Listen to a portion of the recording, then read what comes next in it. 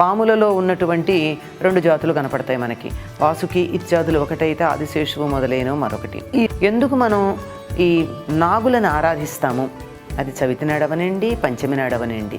ఈ నాగుల ఆరాధనలో దీనికిను పునరుత్పత్తికి సంబంధం ఉంది అని చెప్పడానికి ఆధారాలు ఏమున్నాయి అంటే, ఇవన్నీ కూడా స్త్రీలకి గర్భధారణకి అడ్డుపడేటటువంటి అంశాలు ఏవైతే ఉన్నాయో వాటిని తొలగించటానికి సహకరిస్తాయి. కనపడంగానే మనిషికి ఏమిటండి, ప్రాణభీతి హెచ్చవడంతో వెంటనే కనపడిన పాముని కనపడినట్టు చంపేస్తూ ఉంటారు. నేను దండం పెడితే అది నన్ను వదిలేస్తుందా అనేటువంటి అపనమ్మకం కలుగుతుంది. కద్రువ అంటే కశ్యప ప్రజాపతి భార్య అయినటువంటి కద్రువ తన కొడుకుల్ని ఆ ఉచ్చైశ్రవం తోక వెంట ఉండి నల్లగా ఉన్నట్టు చూపించమని అడిగితే,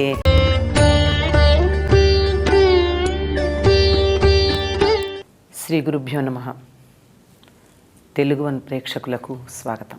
శ్రావణ మాసంలో శుద్ధ చతుర్థి, శుద్ధ పంచమి ఈ రెండింటిని నాగ చతుర్థి, నాగ పంచమి అనేటటువంటి పేర్లతో పిలుస్తూ ఉంటారు.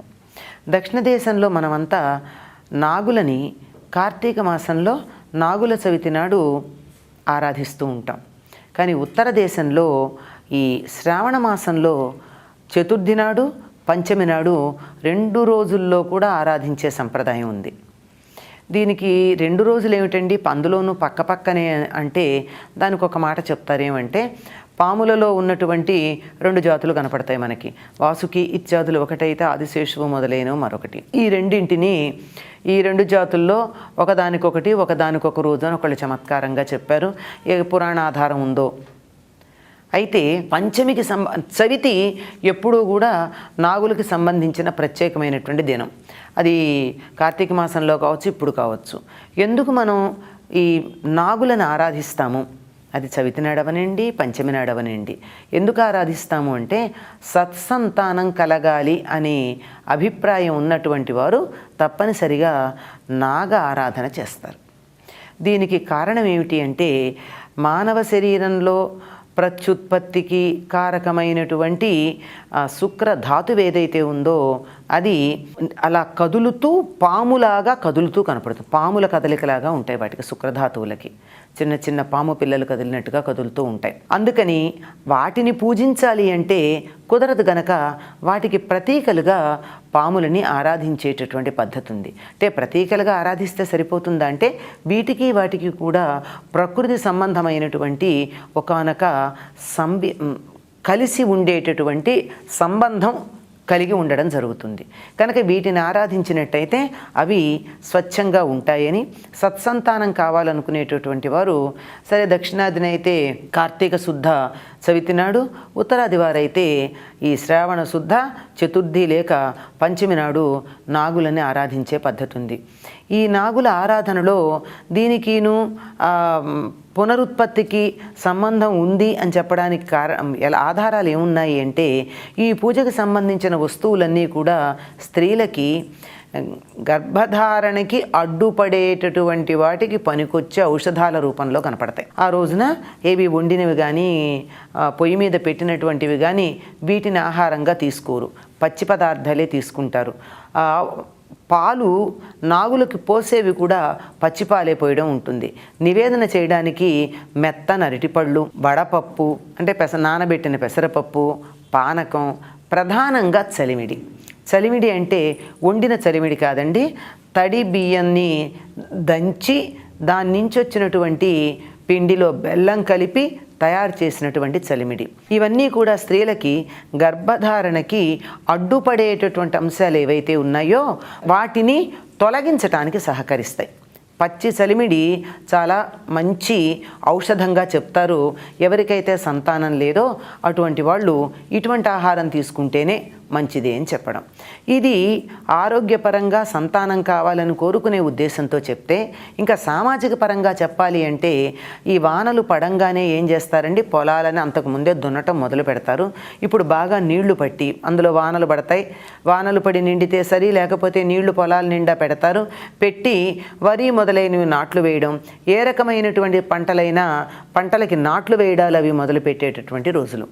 దీంతో ఏమవుతుంది, అప్పటిదాకా పొలాల్లో ఉన్నటువంటి ఆ కన్నాలలో బొరియల్లో నివాసం చేస్తూ ఉన్నటువంటి పాములన్నీ కూడా వాటికి స్థానం లేకుండా, ఉండడానికి చోటు లేకుండా చెల్లాచెదరై బయటకు వచ్చేసేటటువంటి అవకాశం ఉంది. రావాలి కూడా, లేకపోతే అక్కడ పని జరగదు. పొలంలో దిగి పనిచేస్తున్నటువంటి వాడు ఎక్కడ పడితే అక్కడ పాములు ఉంటే ఏ పాము మీద కాలేస్తానో ఏది కాటేస్తున్నానో భయపడుతూ ఉంటాడు. కూలీలు ఎలా భయపడుతూ ఉంటే పొలంలో పనిచేసేవాళ్ళు, పాములేమో మమ్మల్ని ఎవరు పట్టుకుంటారని అవి భయపడుతూ ఉంటాయి. కనుక ఎప్పుడైతే పొలం పనులు మొదలవుతాయో అక్కడి నుంచి బయలుదేరి యువతలకు వచ్చేస్తూ ఉంటాయి పాములు. ఈ వచ్చేటటువంటి సందర్భంలో కనపడంగానే మనిషికి ఏమిటండి, ప్రాణభీతి హెచ్చు. ప్రాణభీతి హెచ్చవడంతో వెంటనే కనపడిన పాముని కనపడినట్టు చంపేస్తూ ఉంటారు. అలా చంపకుండా ఉండాలి అంటే పాముల్ని పూజించటం అనేది మనం ఒక ఆధ్యాత్మికమైనటువంటి అంశంగా జనుల యొక్క మనస్సుల్లో గాఢంగా నాటుకుపోయేటట్టు చేయాలి. పామును చంపకూడదంటే ఎట్లా, చూడగానే చంపాలనిపిస్తుంది. లేదండి, పాములు దేవతలు, వాటికి మనం నమస్కారం చేసినట్టయితే అవి మననేం చెయ్యవు అని పెద్దలు మనకు చెప్పారు. నిజం కూడానండి. పాముకు గనక మనం ఇలా ఎదురుగా నిలబడి ఇలా 2 చేతులు జోడించి ఇలా నిలబడితే సాధారణంగా మంచి జాతికి చెందినటువంటి నాగజాతికి చెందిన పాము అయినట్టయితే అలాగే నిలబడిపోతుంది, లేదా తల ఉంచుకుని వెళ్ళిపోతుంది తప్ప మీద పడి కాటు వేయదు అని అనుభవం ఉన్నటువంటి వాళ్ళు చెప్పినటువంటి మాట. కనుక అటువంటి నిబ్బరం కలగాలంటే ఏం చెయ్యాలి? ఆ పాము ఎందుకు ఉంటుందండి? ఎందుకంటే మనుషులతో మనం కలిసిమెలిసి ఉండి మనుషుల మీద నమ్మకం పోయి మనుషుల మీద లేనప్పుడు జంతువుల మీద ఎట్లా ఉంటుంది? మనకి నమ్మకం ఉండదు. నేను దండం పెడితే అది నన్ను వదిలేస్తుందా అనేటువంటి అపనమ్మకం కలుగుతుంది. కనుక అందుకని ఏం చెప్పారు, అవి దేవత